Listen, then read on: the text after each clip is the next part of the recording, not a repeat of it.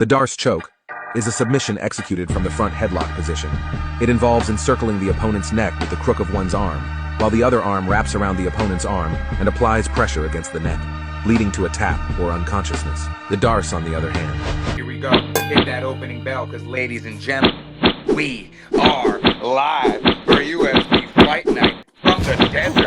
Ikram Aliskerov stepping in on... Oh, I'm getting caught punches. Oh, Mr. Plus getting caught punches.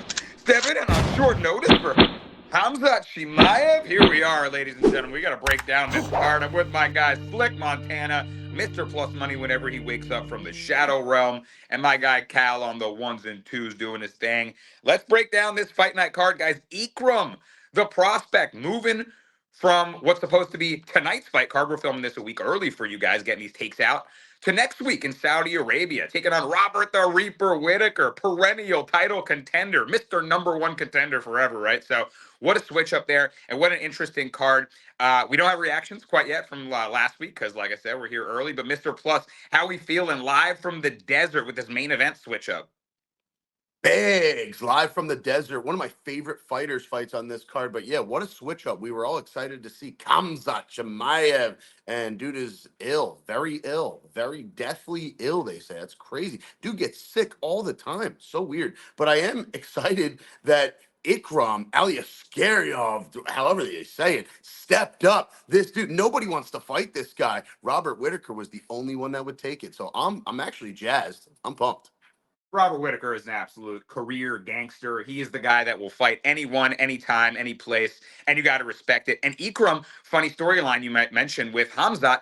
Khamzat is the only guy who ever beat Ikram, and they were in a pretty good fight. It didn't last too long, but look, it was very competitive. We've seen the highlights. Khamzat clipped him with an uppercut that knocked him out, but like Mr. Plus mentioned, right now, he is sick in bed with his boy Guram by his side, hoping he gets better.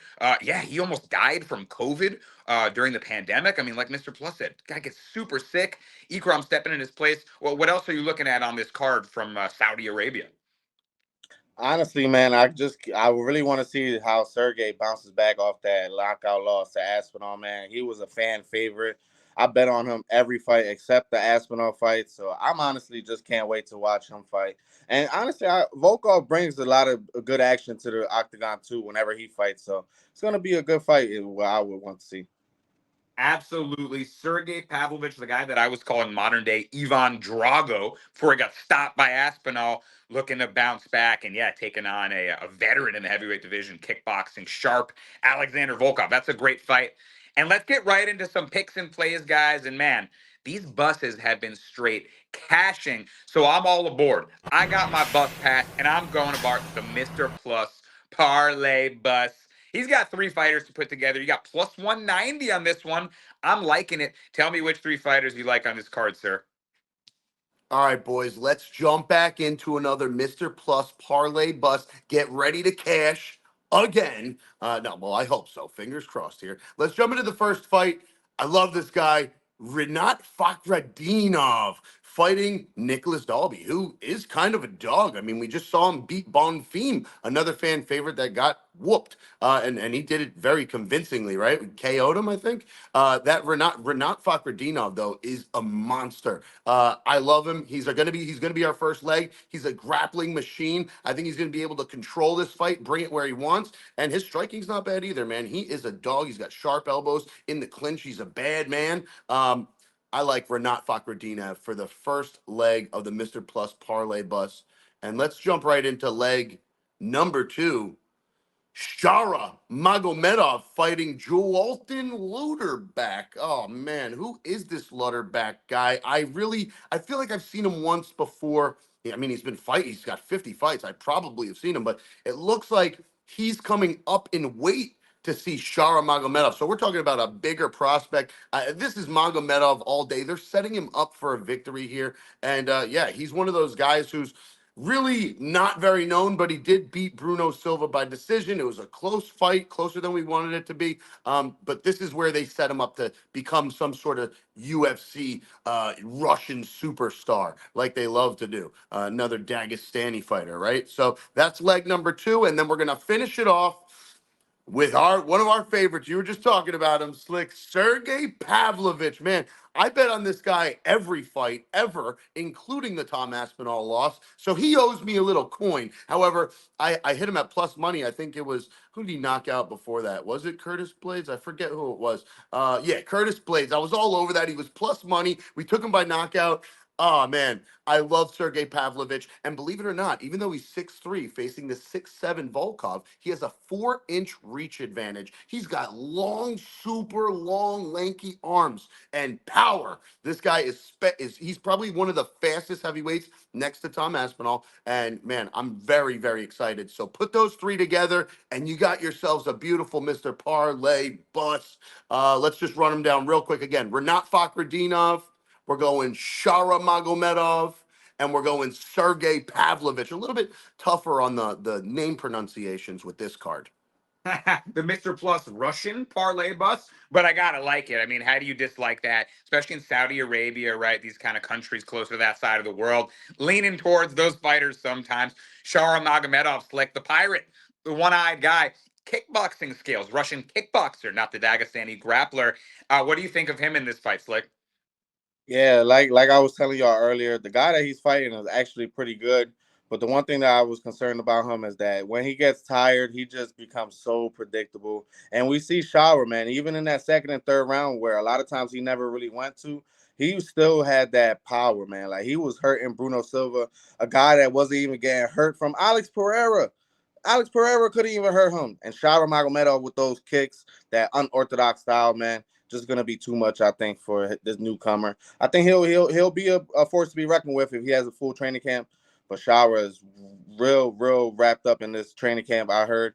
So I think he gets him out of there probably in the second or third round. Yeah, Char's striking looking really sharp. And yeah, you like you said in the pre-show, we were talking, this guy Jolton Luderback, 38-10. You Slick said he's giving me some Nursultan Ruziboev vibes with that many fights and just making his UFC debut here. But you gotta like Shara there. Renat, I mean, styles make fights, right? We like Dalby. He's got that fight in him, Mr. Plus said. He's got that dog in him, but Renat's grappling just gonna be too much for him to deal with. I gotta feel like Slick agrees. Boys, I remember where I saw Jolton Loderback now was 3 years ago in the PFL. He went to split decision with a real good fighter, Clay Collard. So I do remember. But yeah, this is just levels, and I think Char's leg kicks are going to be way too much.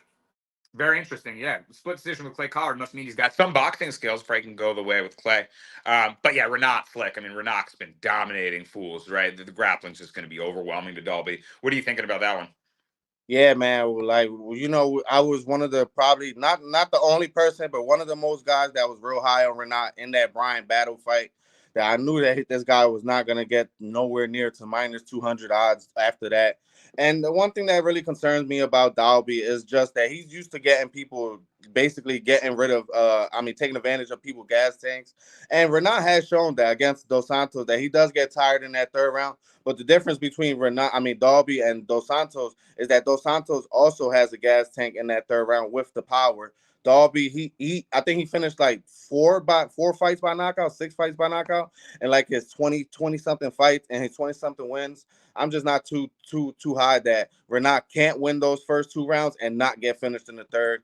So I think Renat probably wins those 2 rounds nice and clearly with takedowns and control. And the one thing I love about Renat is that he doesn't just sit there in your guard and just wait for hoping. He's gonna hit you some mean ground and pound. And that's one thing I love about him, man. And we've seen he has the submission game. So if he gets you in any submission, he's gonna put you to sleep in like 5 seconds, like he did against Kevin Lee. So I love Renat in this spot. Breakdown too, and the fact that he makes for a good parlay leg in that Dalby is not that dangerous, right? Dalby, like Slick said, wears on you, wins fights by decision. I don't see Dalby winning a decision against Renat's grappling. He's going to grind and clinch it out. That's a Renat fight win all day. So I like it.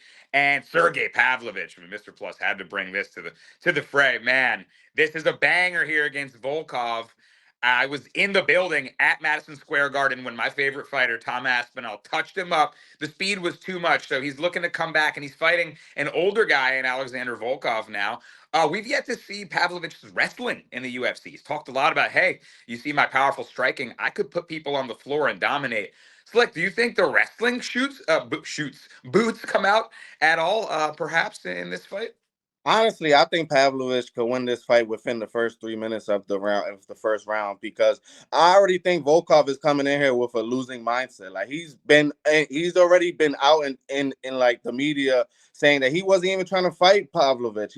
Like he's saying I'm losing every day to him in practice. Like I don't want to touch that power, and that's a concerning thing, because he wasn't even trying to fight Pavlovich, and basically saying that the UFC was forcing him to fight Pavlovich. And Pavlovich on the other side, like, I'm ready to fight whoever. I don't care if he's my teammate or not. Whatever gets me to that belt. So at the end of the day, I already know that Volkov is coming in here with a losing mentality. So I already know that he's gonna be a little bit too hesitant. And the one thing that we've seen about him, that he's allergic to the 1-2. We've seen him get cold slept by Derek Lewis with the 1-2.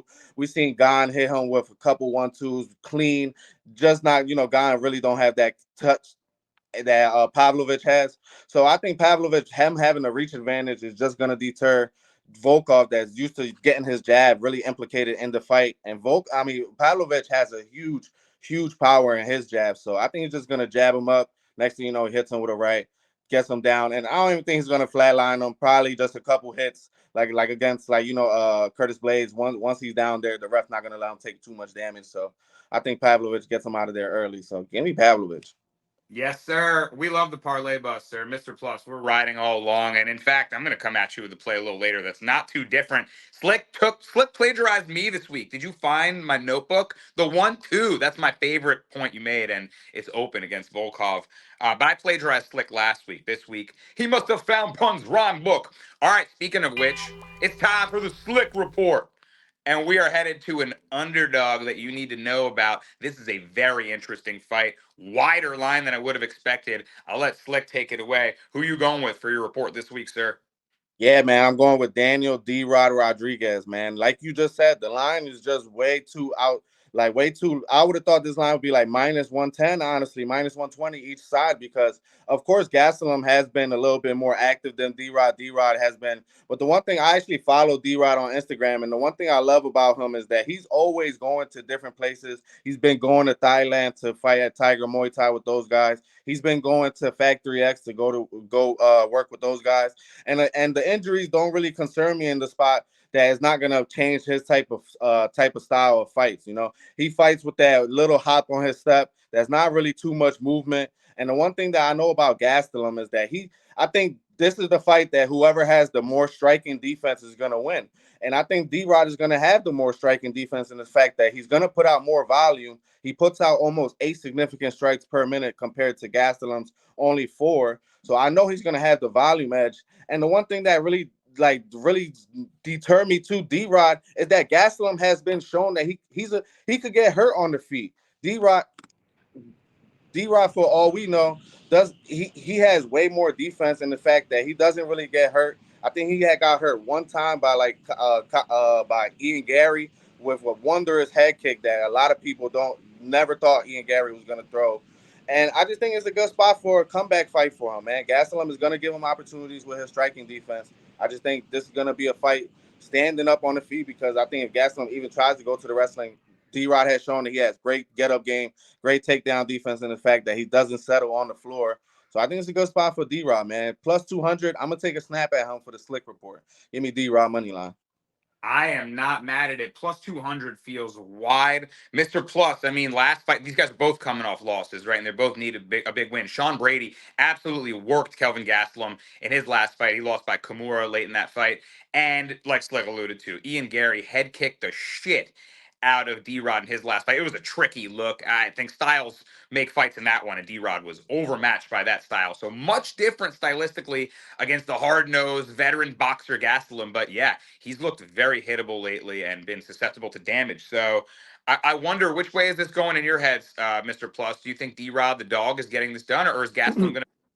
You know, I am a big Kelvin Gastelum fan. I think anybody that's in the fight world is, in the UFC world for sure. He's just a dog, man. He's got so many tools, and he definitely has more tools. And I think that's why the line is the line, because he's got more tools than D-Rod. However, D-Rod is a bigger person, 6'1" to 5'9". the bigger reach, the bigger guy. This is going to be a stand up. Like they're not taking this to the mat. Like these guys are going to fight on the feet for the most part. I mean, if anyone's going to shoot, it's going to be Kelvin. Again, he's got more tools.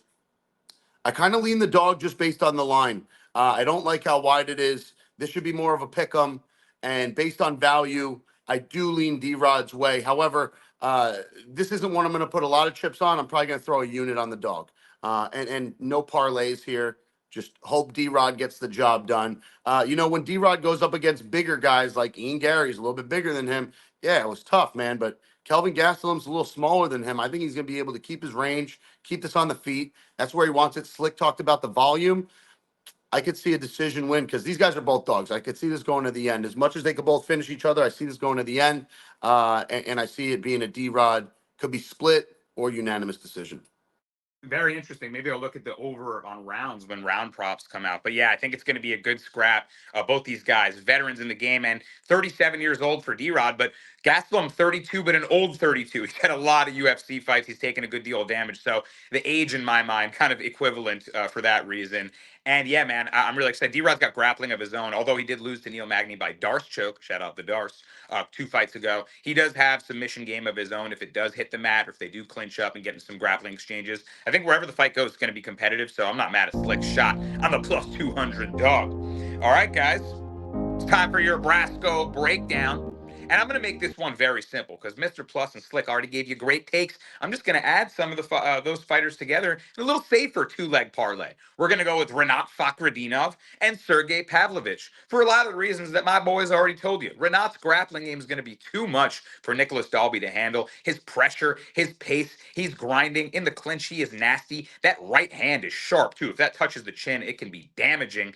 And I just really like the stylistic matchup for Dalby, who's a good fighter with a good gas tank and someone that can grind away in fights, but it's just not going to work stylistically in this matchup against Rinat, so who's a grinder. So give me Rinat for the first leg. And Sergey Pavlovich, man, the 1-2 is coming down the pipe. Slick alluded to it before.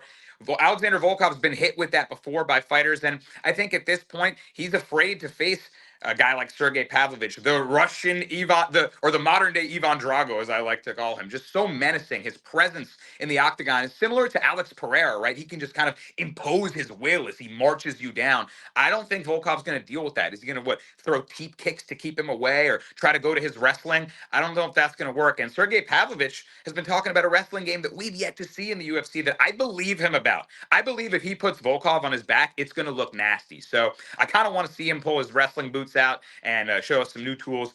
I like the modern day Ivan Drago. Pair them together, you get plus 100. We're even money on Rinat Fakhretdinov and Sergey Pavlovich. I mean, Mr. Plus has those in his Parlay Bus with Shara Magomedov. If those guys hit for us, man, we're cashing on the Darce podcast this week. So give me Rinat and Sergey, and there's your simple Brasco breakdown. Fellas, I know we're feeling good about that, Mr. Plus. Right? I plagiarized you this week. I'm straight stealing. Sign me up for the Brasco breakdown, baby. I'm all about it. Bro, you're talking even money on the two of the best fighters on this card that are pretty good size favorites. Yeah, I'm in. Right? Got to do it. Nothing wrong with a good double down, Brasco. Yes, sir. Exactly. Why? We don't have to reinvent the wheel here. We like the picks. We all agree. Let's hammer down. Slick, what are we feeling?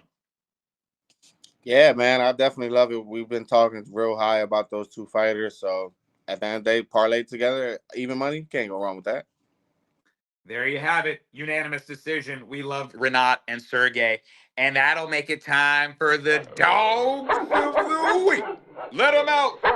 And man, we're going with a guy that's got that pit bull in him. A fighter that we all agree on. We're searching for dogs. Slick gave you the Slick report. He's always going with dogs there. But we all wanted to pick a dog of the week. And usually we try to mix it up, right? Give you different looks on the card. But this week, we all love this guy. And Mr. Plus, he's got a word in his name that just makes him a must pick. Who are we looking at for our dog of the week, sir?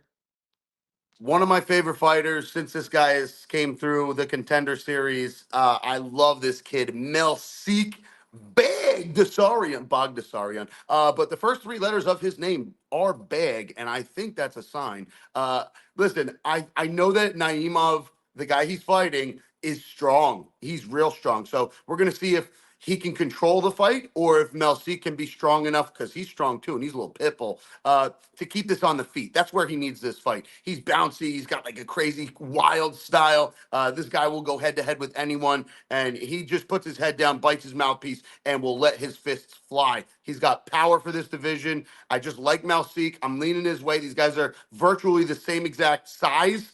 I think this is where Melzik can actually do his good work, his best work. But don't get me wrong, we are in the desert. Naimov's going to have that crowd behind him. Let's see if we can pull that plus money out. How you guys feeling about Melzik? Tell me more about why we should all be on this guy. Slick, I'll throw it to you next. But yeah, his opponent, Naimov, fighting out of Elevation Fight Team in Colorado. He's a Tajikistani fighter, so he should have that, kind of side of the world on his side, maybe the hometown effect. And yeah, we've seen him in a dogfight before. He he knocked out Jamie Malarkey. We've seen him in a few UFC fights. He's actually got 3 wins now. He even got the win over Nathaniel Wood. So it's surprising to see him only as a short favorite here. What are you thinking about Melzik against him? Yeah, man, I'm really high on Melzik this week, man. I'm gonna throw 2 units on him on the money line. I really think that he could be able to play the same game that Chinny Malarkey couldn't do, because, of course, he's Chinny, and Malarkey was just keeping on the outside with his nice jab and just playing with his low kicks, throwing that little calf kick that he throws. And the one thing that we've seen about Naimov, that he was in a dogfight against Nathaniel Wood, but Nathaniel Wood almost knocked him out in the first round. He almost knocked him out in the third round. And the one thing that he was able to do was he was just able to win the moments in that fight, able to knock down Wood at the right time, able to hurt Wood at the right time.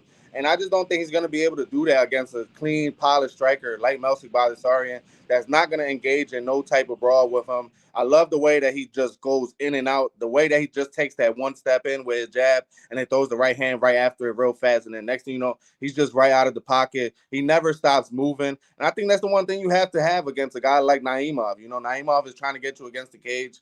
I knew for a fact, like, everybody and their mom knew that he was going to knock out Eric Silva in his last fight. Everybody knew, well, not everybody, because Malarkey was like a minus 500 favorite in that fight. But I knew, all it took was one punch from Naimov to knock out Malarkey. I'm just not too high on him to really get that knockout or knock down on Melzik Baldasarian. I think Melzik Baldasarian can even implement his wrestling game that we really haven't been able to see for because he's just a clean striker. I think he's able to get the takedowns if he wants to. I love his 1-2 down the pipe. I love his jab. I love his movement. I think it's a great spot for him, man. Like I said, as long as he doesn't get clipped, and more than likely, I don't see a scenario that he gets clipped. I think he wins this probably 30-27. If not, gets a late knockout. I like it, fellas. I totally agree. I think he's obviously the sharper striker. And I see Naimov, trying to close distance and kind of winging overhand shots, getting into the clinch, maybe shooting takedowns with that. But it's going to take like a wild one that clips him over the top. And I don't see it happening. Melzik is a guy that, if he grapplers, and I like that he's fought grapplers early on. He did lose by submission to Josh Cooleybow, so he's had some adversity against them. But I like that, they're going to try to take him down. If he can defend takedowns against Naimov, I think that's the fight. If you see him in that wizard position against the fence, just battling, not giving up that takedown, Naimov trying to lock his hands, just unable to do it, and they separate, Melzik's going to win the moments, right? I love that. And he's going to be snapping shots off. I think also just his style is fun to watch, and the UFC is going to lean his way if it's a close decision. I'm not saying, the fix is in or anything, but I got to feel like it's more aesthetically pleasing to the judges the way Melzik fights than Naimov does. So, even though with a win over Nathaniel Wood, a very good bantamweight, the fight is pretty much a pick'em. So short underdog for Melzik Baldasarian. I love the look from the fellas. Melzik Baldasarian, as Mr. Plus said. It's a great look. We're all on it. Let's go. Let's cash Melzik. All right, fellas. We got to put together a Darce parlay. And let's cook it up. Slick, I'm going to let you take the first leg. It's a fight we haven't discussed yet. It's a scary one, but I'm trusting you, brother. Who do you got?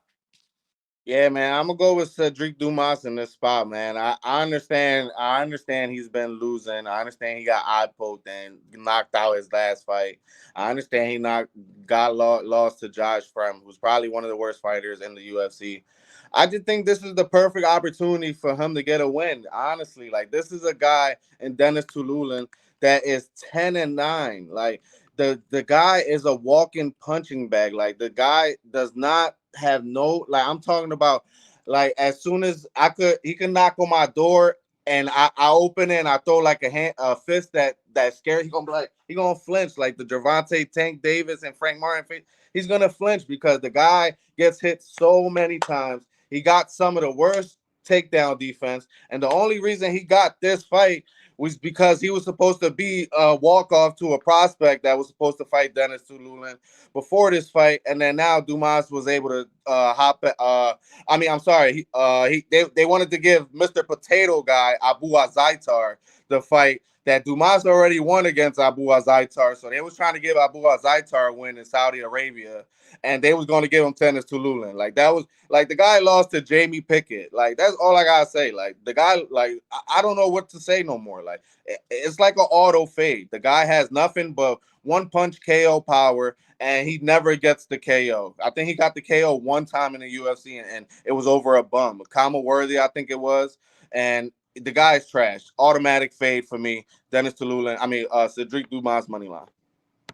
Oh my God, that was killing me. There's so many like random ass storylines packed into that. Like, well, first of all, I ran into Dennis Tululin at the Boston airport once, and I was like, yo, sorry you got elbowed in the back of the head. That was probably an illegal blow. But I did cash betting against him, which we have been doing very regularly and very successfully.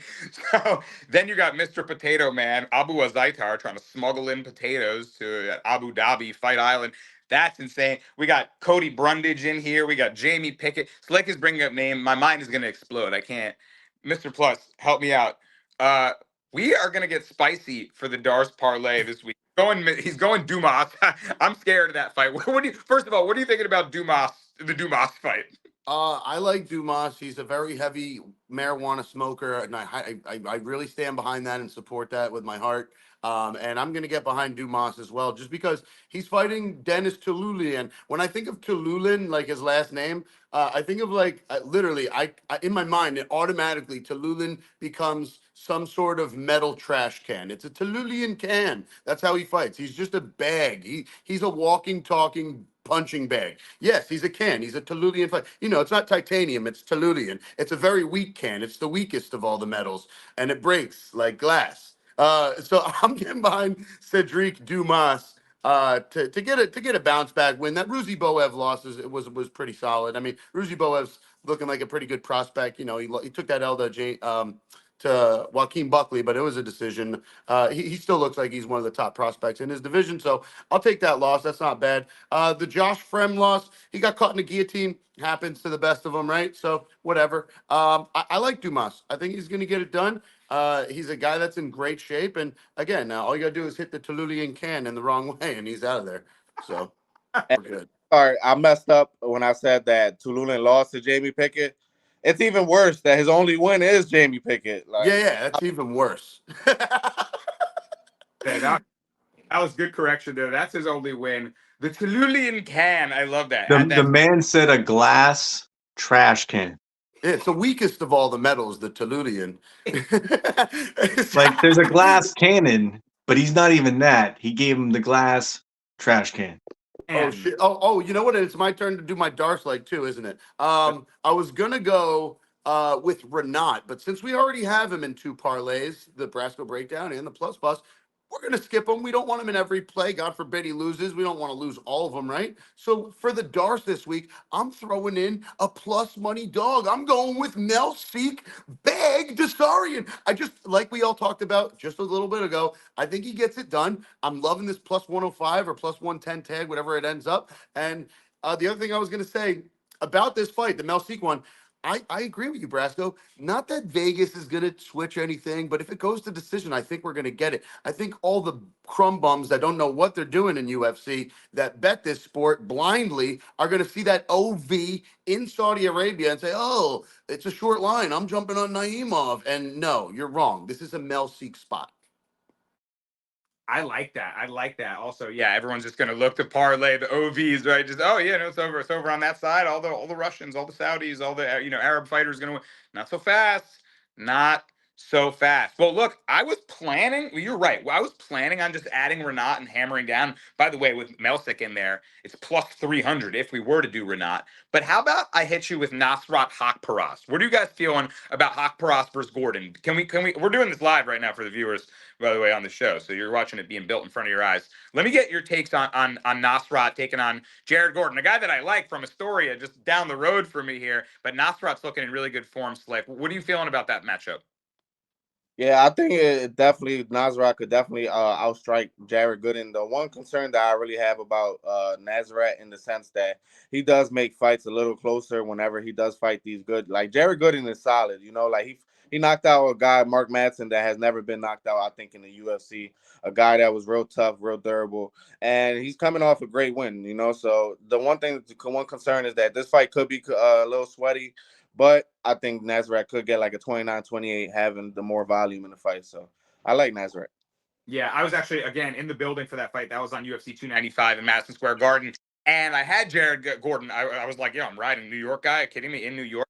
It was an interesting fight. Madsen just kind of really tried to pour on pressure, and Gordon was just hitting him with short shots in the clinch, uppercut, dirty boxing him, and he eventually just clipped him up and put him away. It was a weird kind of way that Madsen fought. I certainly don't think Nas fight like that. I see it playing out much differently. Mr. Plus, how are you feeling about that matchup? You feel safe? I like that. I like that you switched to Nasrat. I like him as a favorite here. I think that he's going to get the job done. Don't get me wrong. Jared Gordon is a dog, and this one's going to be back and forth a little bit. But I think Nasrat really can do it. He's a better striker on the feet. I think it's either he knocks him out, which I know that's tough to do to Jared Gordon, but it's either you knock Jared Gordon out or you're going to decision and you're getting that 29-28 win. Maybe Jared Gordon wins one round, but I do like Nasrat to get the job done. So we'll sweat it out with you, Brasco. We're there. We got Dumas in there. One note, guys, just Jared Gordon, not necessarily that it might have value, but he's been over in Saudi Arabia for the past month now. So he's been over there training already. Okay. All right. Well, I mean, that's positive, obviously, for Gordon bettors. That's good. You like to hear that he's getting acclimated. So yeah, look, it could end up being a sweaty fight. Tululin, yeah, if he does what he does, then I think Dumas could submit him and use his grappling. Tululin's grappling defense is really bad. And then Hakparas, we're going to need him to win. Yeah, it could end up being a 29-28, but I'm down to sweat it. Let's see if he can get a signature win of his career here. And guys, now we're even more lit. We switch out Renat for Nasrat. We'll sweat it out. Plus 334. That is the best darts. We've best odds, I would say, or longest odds we've given out. So let's see if we can go hit it for you guys now. We've been cooking them. Hopefully we stay hot and we see in retrospect that these darts have hit. And because we're giving to you early here, we don't know our results for tonight. Taida versus Perez card. And yeah, so we did the Darce parlay. We gave you our dogs of the week, the Brasco breakdown, the Slick report, the Mr. Plus Parlay Bus. That leaves the honorable mentions, the fights we haven't talked about that we need to talk about. And first of all, let's go right to the main card. We must discuss Johnny Walker taking on Volkan Oezdemir. Very interesting light heavyweight matchup here. Slick, if Johnny Walker gets punched hard and the ref is considering stopping the fight, where is Johnny Walker? Where is this fight taking place? I mean, he said he's in the desert, you know, like where he was at, and the ref was like, we're not in the desert, bro. Technically, like Dana White said, they was in the desert, but they wanted to hear like Abu Dhabi or Saudi Arabia. I don't remember where they was at, but ref was like, nah, I'm gonna just call it. And then Johnny Walker was about to go through hell in that ring until Dana White went in there. And honestly, this is just a good spot, I think, for Volkan to really, really get back. We've been seeing the one thing I would like about Volkan is that after that Shadow Realm knockout from Yuri Prochazka, he's been playing it a little bit more safe. You know, he was one of those types of guys that would just come in there and try to brawl because he has great power in his hands. And the one thing that I like about him too is that he's been implementing his wrestling game. And the one thing that we've seen that he could be a little bit boring, but he knows how to win fights. And we've seen it against Paul Craig, a guy that's real dangerous on the floor. You know, a lot of people won't even try to play that grappling wrestling game with him. Volkan Oezdemir took him down at will and stood on top safe. And honestly, I'm not saying that he's going to be able to do that to Walker. But the one thing that I know about Volkan is that he's going to bring to this fight. He's going to show his striking. And I just think this is going to be one of those fights that the more polished striker is going to be able to land first. I know Walker could land a flying knee from Hail Mary and back fist from heaven or something. But I just trust Volkan to be a little bit more the first to touch the chin and the more cleaner striker in the spot. And if it comes down to it, let's say if Walker does hurt Volkan, I think he'll go to that wrestling and take Johnny Walker down and just play a little bit more safe, get his head right. And honestly, this is just a coin flip fight. This is one of those fights that anything could happen in this fight. Like we seen Volkan Oezdemir get sent to the shadow realm by Yuri. We seen Johnny Walker get sent to the shadow realm by many people. So we just don't know. So I'd rather be on the plus money if anything. But I just think this is the spot that more polished striker could touch the chin first. Yeah, it's pretty. Who's going to land first, right? That's how I see it. The odds suggest that it's going to be a tight one, coin flip, pretty much as well. I love what Slick said. He said, "Of course, Johnny Walker could land a flying knee from hell or a back fist from heaven. So whichever side of the afterlife you're on, Johnny Walker can still clip you." Vulcan, Mr. Plus, what are you feeling about him as of late? Do you think he's going to be the next one to send Johnny to the Shadow Realm? I probably won't bet this fight, but I definitely want to watch it. And we got to pick a side here, so I'm gonna go on I am gonna take the Vulcan side. I know Johnny Walker is way more active, and this guy fights a lot, man. He fights all the freaking time. It's crazy. But I like Vulcan here, especially. I know that Bogdan Guskov's probably not a stellar victory, but we saw how he got the job done. That was all him all day. And there were some people a little bit high on Guskov of coming off with a couple wins. So I like Volkan. I think he gets it done. Johnny Walker to me is kind of all over the place. I just never know with him. And I don't trust him. So Slick said it all. That was a great breakdown. And I am leaning Volkan. Yeah, I lean his way too, just because I can't rely on that insane strike. And if I'm going to bet on a fighter, I don't want to bet on one spinning wheel kick or flying knee. I need to bet on a complete game plan. And, Johnny's got all the skills and talent and athleticism in the world to land it. But Vulcan's been around, and he looks like Slick said, he's been playing a lot safer after he got brutally knocked out. So play safer against Johnny, and you should be able to get it done. That's a good fight. We'll be watching that one. Kyung Ho Kong taking on Muin Gaffarov. Close matchup there. Kyung Ho Kong minus 105. Gaffarov minus 115. That's a tight one, Mr. Plus. Are you going to throw any coin at that? I am probably not betting this one either, but I do lean the Gaffarov side. I really do. I like Kyung Ho Kong. He's a nasty fighter, nasty striker. I like him. These guys have both lost to John Castaneda. I hate this fight so much. I'm going Gaffarov side, and there's really not much reasoning for me. I'm not betting shit on this fight. It's a tough call. Slick, are you making a pick in this one? Yeah, I'm actually going to go Kyung Ho Kong in this spot. I really like the fact that I don't like the fact that Gaffarov has some of the worst fight IQ. He probably has the same IQ as my son upstairs. Like the guy, he doesn't know when to strike. He doesn't know when to take down somebody. He doesn't know when to wrestle. And we've seen it time and time again. Like this guy, he's just so known to knocking people out. Like 17 of his 18 wins have come by stoppage. And when he doesn't get the stoppage, he just doesn't know what to do in there, man. He doesn't know when, like, if somebody's hurt, he doesn't know when to wrestle. And I just think Kyung Ho Kong's durability has shown real good as of late. You guys like Christian Quinones, a guy like Ronnie Yaya that ragdolled him, wasn't able to submit him. So I think it's a good spot for Kyung Ho Kong to just stay on the outside and just I'll say better IQ Gaffarov in this spot. Yeah, that's too funny, man. I actually agree for that exact reason. I like Kyung Ho Kong's UFC experience. He's actually fought to 5 split decisions. So if it is going to be a close fight, I trust the guy that's been there a lot more in the UFC with an all-around skill set like Kyung Ho Kong. He's getting older, so you don't usually want to bet on, what is he? He's like 36-year-old bantamweights, but Mr. Perfect Kyung Ho Kong as a slight dog. I like him against Gaffarov, who makes mistakes in fights, like Slick said, and has lost split decisions himself on the Contender Series. Lost split decision. All right, and then the first fight of the night, Long Shao versus Chang Ho Lee. I'm gonna be straight up with you guys. I don't know shit about this fight, and I know you just tuned into this channel to watch people break down fights. And why should? What do you want me to say, Mr. Plus? What do you want me to say? What I had to go back and look at it because we were going to do the show yesterday. I told you guys I would do some homework because I had no idea about these guys. They're both coming off that road to the UFC. So that's where these guys are from. I like the Chang Lee side. I think he can get done on the feet. I was watching one of his road to UFC fights. Dude looks pretty slick, man. I lean his way. Probably not betting this fight, but picking for the podcast, going Chang Lee. Yeah, we always make a pick just to have a little official record on all our picks, but I don't have a bet in this one. Slick, to you? Yeah, I'm gonna go to Lee's side as well. I just like the fact that he's gonna have more power in a sense, and I like his takedown defense. He's usually the type of guy that take down people. Long as honestly, you don't even have to go to the UFC. This guy was on Dana White Contender Series already. He lost to Christian Quinones 30-27. Quinones got a knockdown in that spot. He was able to get his own takedown on Long that went, I think, like 0-6, 0-7 on takedowns. A guy that Christian Quinones, sometimes you could Kang was able to take him down. So I don't know how Long wasn't able to take him down.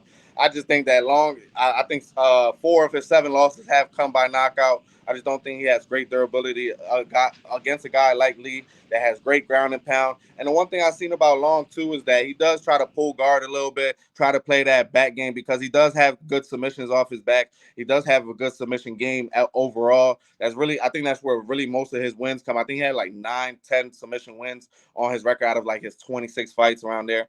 So I think it's a good spot for Lee, man. I think Lee gets the takedowns. Lee gets this fight where he wants it. And I think he gets a ground and pound KO win.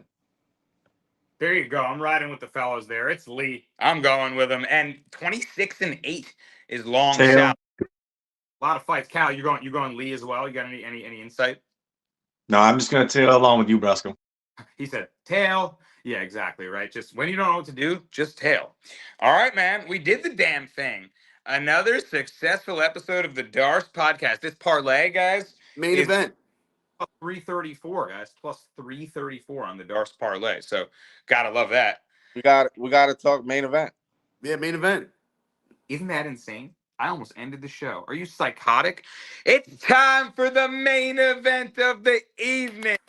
Robert the Reaper Whittaker taking on Ikram Aliskerov. And man, I've been really racking my brain on how I want to bet this fight because Robert Whittaker is one of my favorite fighters ever. I mean, I've been watching the guy do his thing, technical mastery in so many fights. I love the way he boxes.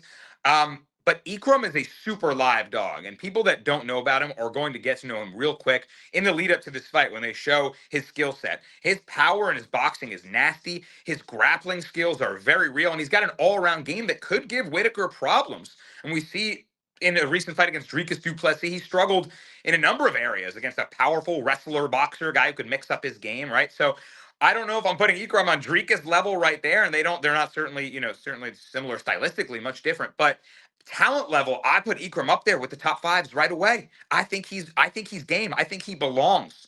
Mr. Plus, do you think he can defeat Robert Whittaker as a plus 140 dog as it stands right now? Well, Robert Whittaker is the gatekeeper to the #1 contender. Remember that. Whoever wins this fight could get a title contention next one, or at least be fighting Khamzat if he gets healthy, right? Brasco, we talked about it. I like Ikram. Give me the dog. I think this is a setup. Ikram takes this win in Saudi Arabia, and then Khamzat gets healthy, and they rematch. That's the script for me. That's what I'm seeing here. Listen, Robert Whittaker was amazing. He's always been great. He's still a beast. Everyone loves him. I like him. I think his time is up. I think it's time to see the new level, the next gen of this weight class. And are we crazy to think that it's coming from Dagestani? I mean, Khamzat's up there. Ikram's next. I'm going dog. Man, I really want to go dog too, and it hurts my heart. I love Robert Whittaker, but I'm not making money with my heart. I'm doing that with my brain. And I really want to go towards the Ikram side. I kind of like the narrative that Mr. Plus is bringing up. He's 15-1. His one loss, Khamzat Chimaev on the regional scene. It was a really good 2.5 minutes of a first round. They looked like they were going to have a great 3-round fight. Khamzat had a nice uppercut that clipped him on the way in. Cold knockout. That's his one loss. If he could rematch Khamzat, Slick, what an amazing narrative that would be. Of course, he'd have to get past Robert Whittaker first, and that would pole vault him right into title contention. This fight is being made on a week's notice. Who do you think that favors more? Is it Ikram coming in out of nowhere and getting this amazing shot? You set to fight Antonio Tricoli tonight. All of a sudden, he's getting Robert Whittaker. Or is it going to be too much for him to figure out the technical boxing of Whittaker on just 1 week's notice? Who do you think that favors? Honestly, man, I watched probably like almost 15 of Whittaker fights, like 12 of Ikram Aliskerov fights. I really wanted to watch those decision fights that he had won on the regional scene because I wanted to see his gas tank. Because honestly, I don't think this is short notice for Ikram. At the end of the day, he has been through a whole training camp. He was scheduled to fight this week, which is the week before the card. So he already was going in there with a good training camp. And the one thing that I think that's really going to be the difference in this spot, man, is just the power that Ikram carries in his hands. And that's one thing that's a real concern when it comes to the Whittaker side because every time this guy has been hit with a clean shot, he just has been not able to recover. And if he got hit, it was just before the round ended. Like Dricus du Plessis in the first round hurt him real bad with that right hand. And the next thing you know, the round finished. Costa, last fight, almost finished him in that first round and the bell finished. Now this is going to be a fight that he's going to fight a guy with cardio, with power, with a grappling base, and the fact that he's coming in here thinking that he was supposed to fight Hamza in a sense that I think it's a totally different spot, totally different fight because Hamza is wrestling first, then striking once he's not able to get the takedowns. Ikram is striking first, and then he implements his grappling and then his wrestling. And I think that's what we've seen a guy like Dricus du Plessis able to do, implement his power and his will in the first round. And the next thing you know, he hurt Whittaker, and Whittaker just wasn't able to be the same. And I think Costa could have been able to take advantage of Whittaker, but the one thing Costa doesn't know how to do that I love what Ikram does is that he knows how to cut the cage off. Costa just follows you, and that's what a guy like Robert Whittaker would love to do because he can move side to side, left to left, left and right. So honestly, man, I'm gonna go with the dog in this spot, man. I think it's a good spot for Ikram to really put his name on the counter, and a lot of people are gonna just be on the Robert Whittaker side because Ikram hasn't fought nobody. But like you said, man, we seen like when Sean O'Malley was on the come up and he was fighting guys like Eddie Wineland, guys like fucking Almeida. I mean, not Almeida. I forgot his name, but you know what? Aliquinta. Not Aliquinta. Somebody else. Chris. Yeah, so like we didn't have we seen what he had his capabilities. We seen his style, and honestly, I see the same thing with Ikram, man. Ikram, if he hurts Whittaker in that first round, I think he could just implement his will in that second and third round. Whittaker has to not even try to, because Ikram isn't going to come shooting takedowns from the rip. Ikram is going to strike with you, and he's going to try to hurt you on the feet. So I think Ikram could land a big shot, and that could deter the whole fight around. So give me Ikram at this plus money. Dude, I love the way that Mr. Plus and Slick just broke that down because they took pieces of both things that I have to agree with and back Ikram Aliskerov in this fight. Number one is that, like Mr. Plus said, it does feel like new blood for this division is needed. How long can Robert Whittaker hold this number one spot? Of course, they're going to duke it out in the octagon. That'll settle it, right? We don't bet on narratives, and this is supposed to happen. But it does feel like it's time for that changing of the guard a little bit. Hamzat narrative in the future. We'll see if that could happen. I would love the rematch. But then Slick said, I agree. I think it's a harder transition for Whittaker to go from having to train for Hamzat to defend takedowns, defend, sprawl. How much of his camp has been sprawling and brawling, just sprawling for his life. And now against Ikram, like you said, a powerful boxer. Slick, I also really like the way I think you characterized my Dricus sentiment better than I could have. Is that like they don't fight the same, but they have similar skill sets and their power and their boxing and then their ability to follow that up and hurt you on the ground or go to grappling, just keep the beating coming. And I think Whittaker might struggle with that. He's been taking damage, like you said. So I can't trust him to be perfect. And at this point in Whittaker's career, it feels like he's got to be perfect. He wasn't perfect against Costa, but it was good enough. And he still almost got, finished in that first round. So, I love Whittaker, but I'm going against him too. Cal, chime in. Ikram sells a takedown, lands an overhand. Gets Whittaker to bite because he's been running a camp for just takedown defense. Gets in the bite on a takedown, lands a big overhand after mixing in the strikes early anyways. But Ikram, I like the dog. I think there's value 100%. Ooh, sneaky prediction there. A little faint and biting over the top. Oh, man, I hate to fade Whittaker, but Ikram looks like that dude. And we're backing him. Plus 140 dog in the main event. Gotta love it. Gotta love it. Mr. Plus, are you fired up? Absolutely. I'm envisioning this double dog parlay in my mind with Melseek and Ikram. Oh my God, I'm gonna fucking do it. I'm doing it. I double dog dare you. That's fantastic. Slick, final words from you. Yeah, man, I'm just happy that we get to watch UFC at 12 o'clock in the afternoon, We don't have to wait for no late card for this one, and so I'm happy to just watch your fights early. Ooh, that's true. We got to get our bets in by Friday night, guys. Don't forget, this is in Saudi Arabia. You're gonna wake up, have your breakfast, do your workout, and bang, fights are gonna be on. So it's that fast. Love that. Absolutely love that. The great thing about international card. We don't have to stay up till 1 in the morning. Our time, we're watching in the afternoon. I love it. Little violence at lunch. Fellas, from myself, Cal on the ones and twos, Mr. Plus, and Slick Montana, another episode of the Darce Podcast. Good luck. Hope we all cash, and we'll see you next week. Peace.